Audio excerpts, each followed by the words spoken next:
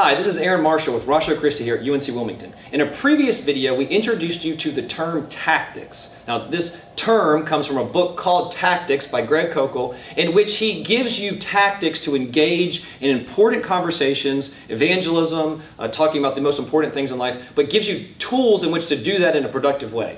And the way in which we're going to instruct you, the way in which he instructs you to do that is by asking good questions. Now, Francis Schaeffer said this. He said, if I was talking to somebody for 1 hour, I would spend 55 minutes asking good questions, and I would spend the last 5 minutes trying to give some good answers. I think most of us do the exact opposite. We just lecture, and then we never ask any questions.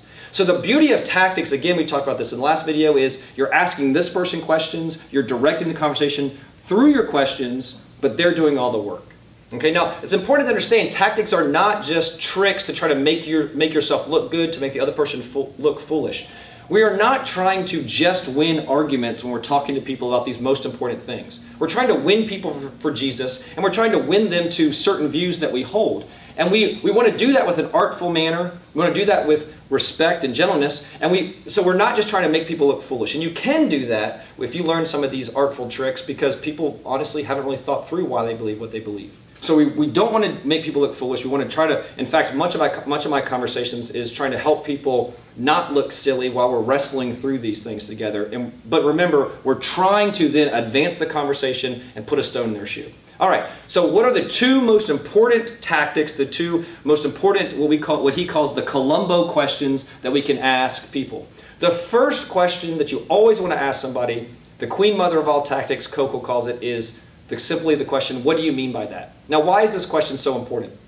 Because if someone tells you they don't believe God exists, there's pretty much two routes you could take, right? First, you could give them all your arguments for God's existence, and we have those. Those are really good arguments. I think they're effective. I think they work. Or you could ask them a simple question. What do you mean by God? Because almost assuredly, they do not, when they use the term God, they're not meaning the same thing I mean when I say God, right?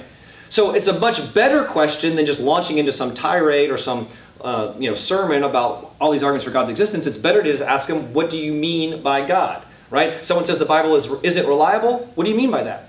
Tell me. Basically, I'm getting information. Tell me more. The Bible isn't reliable? What do you mean by that? Tell me more. I'm pro-choice. What do you mean by that? I think I know what you mean, but tell me, what do you mean by the term pro-choice? Evolution is a well-proven fact. What do you mean by that? Now, there's a lot more that you could say with this tactic, but I think you can see the benefit of, number one, gaining information.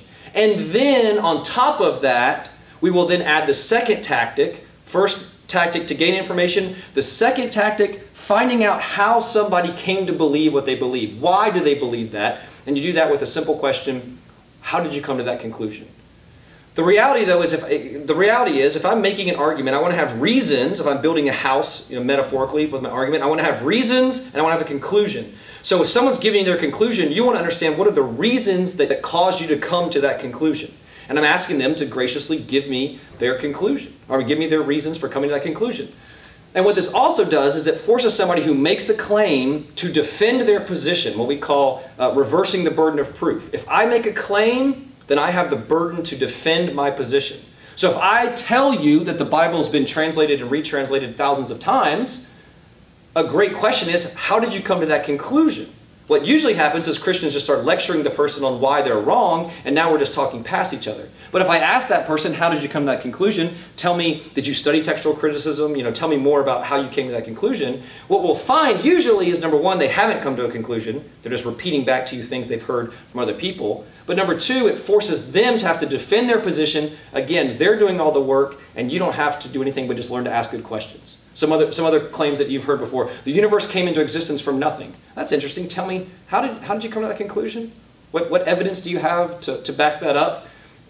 Jesus taught reincarnation when he was traveling through India. That's interesting. Tell me, what sources did you use to find that out? How did you come to that conclusion? So if you can learn to just ask, what do you mean by that? And how did you come to that conclusion? You can talk to people all day long about your Christian faith and these important social topics like abortion and others, without ever having to preach at people, by just asking them good questions. So try it this week. Go up to somebody, ask them what they think about Jesus, and then based on their response, just ask them what do they mean, how they come to that conclusion. You can have great conversations and they're doing all the work, and you're just sitting back, listening, interested in what they have to say, you'll really find that this is a great tool to help you engage in conversations. Now, in future videos, we'll give you more of the tactics, but these are the two most important, and these are the ones that we want you to start off with. Remember, at Ratio Christi here at UNC Wilmington, we always want you to learn to ask good questions, but also seek good answers. This is Aaron Marshall with Ratio Christi here at UNC Wilmington.